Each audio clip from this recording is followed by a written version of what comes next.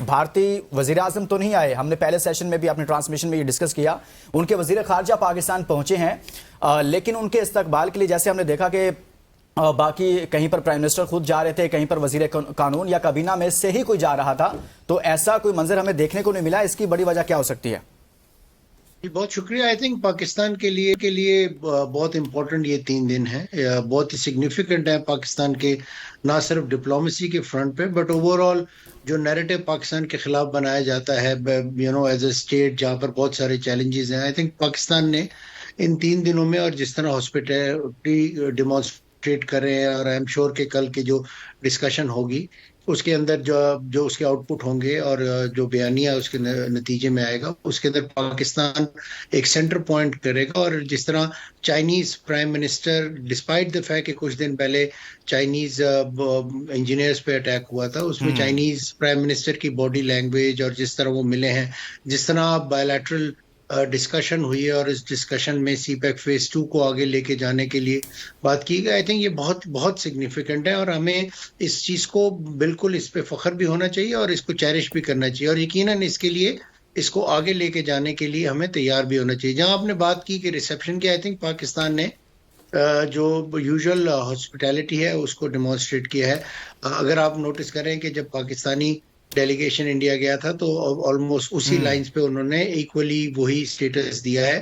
اور I think جو اس وقت جو جیو پولیٹیکل سچویشن ہے اس کی بیس میں بھی ہوگا. لیکن جب کل آج جس طرح عشائیہ ہوگا اور کل جو ڈسکشن ہوگی اس کے اندر سب تمام پارٹنرز ایکول ہیں, اور آئی ہوپ کہ انڈیا جو ہے وہ ایک سینٹی کو پریویل کرنے کی کوشش کرے گا. مجھے اس بات کا تو بالکل اندازہ ہے کہ انڈیا نے کی موجودگی یہاں پر اس لیے ہے کہ وہ پاکستان کو چانس نہیں دینا چاہتا تھا کہ وہ بالکل ہی اوور ویلم کر دے اور اس سے بالکل بھرپور فائدہ اٹھا لے. تو انہوں نے اس چیز کو بیلنس کرنے کے لیے اپنے منسٹر فار فارن افیئرس کو بھیجا ہے. میرا یہ خیال ہے کہ یہ جو ریسیپشن ہے یہ بالکل اسی لیول کی ہے جس لیول پہ ہمارے ڈیلیگیشن کو ملا تھا جب وہ انڈیا گئے تھے. ٹھیک ہو گیا. اچھا, بریگیڈیئر ریٹائرڈ اسحاق صاحب کی طرف آتی ہوں. اسحاق صاحب مجھے یہ بتائیے گا کہ اگر ہم بات کریں دیگر الائنسز جو اس دنیا میں موجود ہے, فار ایگزامپل نیٹو کی ایگزامپل لیتے ہیں, 32 ممالک ہے, اگر آپ کسی ایک ملک پہ بھی حملہ کرتے ہیں تو وہ کنسیڈر کیا جاتا ہے کہ جیسے آپ نے وہ تمام تر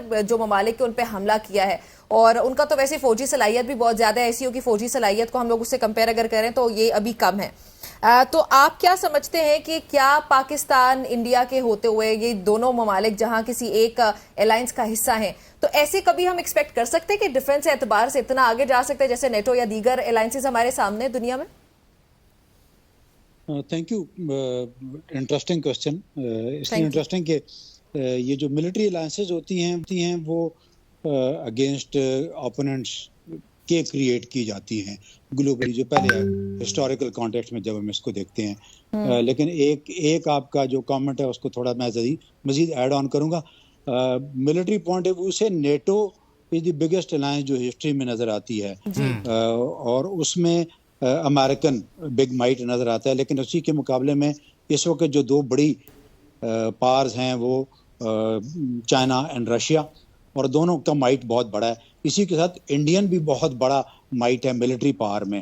تو اگر دیکھا جائے تو اس وقت اگر یہاں الائنس آتی ہے کوئی, سپوزڈلی اگر ہم کہتے ہیں کہ ایس سی او کوئی اس قسم کی الائنس کریٹ کرتا ہے, جس کے چانسز بہت کم ہے, پاسبلٹی میں نہیں آتا ہے, لیکن مائٹ اس سے بڑا ہے, نیٹو سے بڑا مائٹ ہے یہاں پر. اس لیے کہ تینوں وہ ہو گئے, 4 پاکستان نیوکلیر, تو 4 تو نیوکلیر پار آ جاتے ہیں. سر میرا پوائنٹ یہ تھا کہ داخلی مسائل بہت ہیں نا, جیسے پاکستان اور انڈیا کے, تو ان مسائل کی وجہ سے انٹرنلی ایس سی او کو بہت سے چیلنجز درپیش ہے, جس کی وجہ سے جیسے نیٹو کی بات ہو رہی ہے تو وہ کر نہیں پائیں گے. میرا یہ پوائنٹ تھا ایکچولی.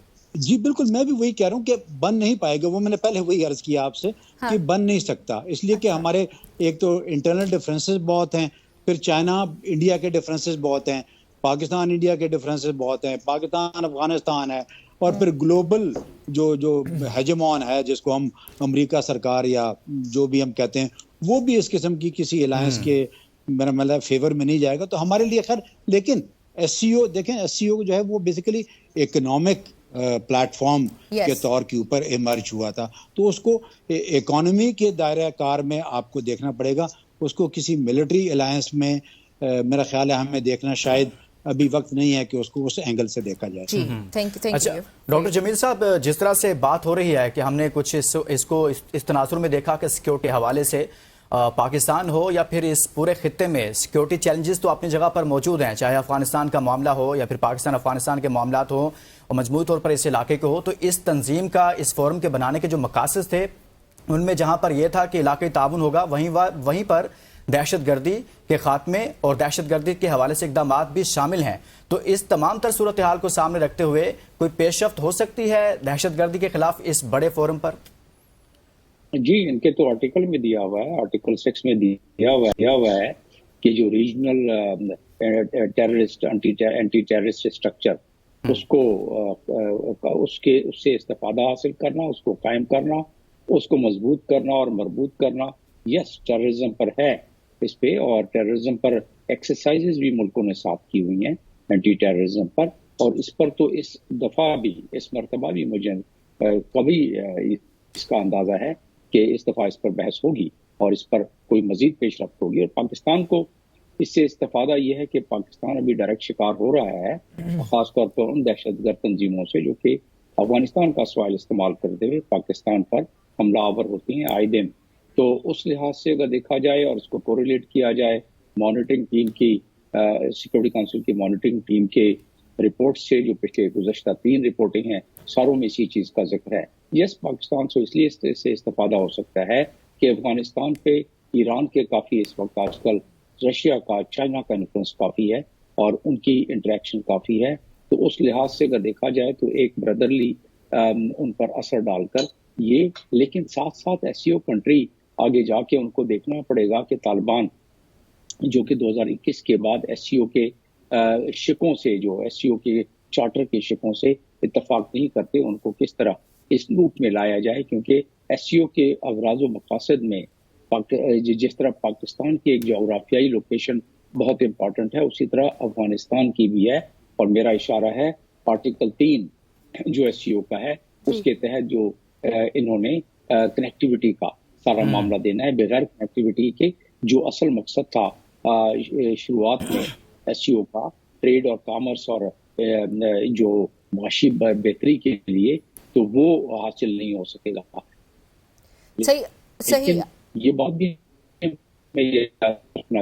اسپیکٹرم پر بھی باقاعدہ اس کے چارٹر میں ذکر ہے، سیکیورٹی اسپیکٹرم پر بھی. اس سیکیورٹی اسپیکٹرم کو اگر دیکھیں تو جس طریقے سے ساؤتھ کے کنٹریز پر، گلوبل ساؤتھ کے کنٹریز پر دباؤ آ رہا ہے ڈومیننس کا یا انفلوئنس کا، اور انفلوئنس چھوڑنے کے لیے ویسٹ تیار نہیں ہے ایشیا پر، اور اس انفلوئنس کو چھوڑتے چھوڑتے ویسٹ اپنا دباؤ ڈالنا چاہتا ہے. اور یہ اس بات کی ایک ایویڈنس یہ بھی ہے کہ اوکاس بنا دیا ہے، اسٹرنگ آف الائنس بنا دیا گیا ہے، خاص طور پر انڈین اوشن میں. تو اس میں چائنا کے لیے دشواریاں پیدا ہو رہی ہیں، باقی ممالک کے لیے بھی اس میں دشواریاں پیدا ہو رہی ہیں.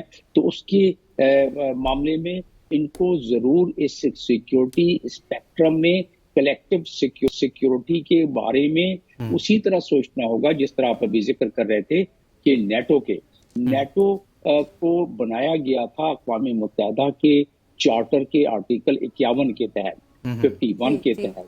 اور کوئی چیز اس کو آگے جا کے یا ابھی شنگھائی کوآپریشن اور کوآپریشن آرگنائزیشن کے کوئی بھی نہیں روک سکتا اس کو. اگر وہ چاہیں تو وہ بھی کر سکتے. اب بھی دیکھیں، اگر تو ان کی عسکری جو مشقیں ہیں وہ تو باقاعدگی سے ہو رہی ہیں، یہاں تک کہ انڈیا کے ساتھ پاکستان نے بھی عسکری مشقیں دوسرے ملکوں کے ساتھ مل کر کیا ہے.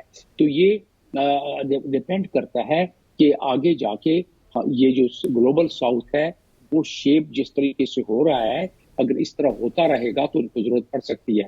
رہا سوال انڈیا کیا، انڈیا آج کل اور اب تک تو 2 کشتیوں میں اپنے پیر رکھے ہوئے ہے، لیکن انڈیا اور انڈینز کے دانشوروں کو اس چیز کا پتہ ہے کہ ان کو آخر میں ایک کشتی کو چھوڑنا پڑے گا، کیونکہ اگر انہوں نے اپنے ڈبل ڈیجٹ کے اہداف کو اور پروگرس کو جاری رکھنا ہے تو انہوں نے مستفید ہونا ہے اس SCO کے پلیٹ فارم سے. کیونکہ ہم ساروں کو پتا ہے، ہم گفتگو کرتے آئے ہیں، کل سے کرتے آ رہی ہیں کہ گلوبل اکانومی کا GDP کا 32% اس علاقے میں ہے. اس میں ظاہر ہے 40% آبادی ہے.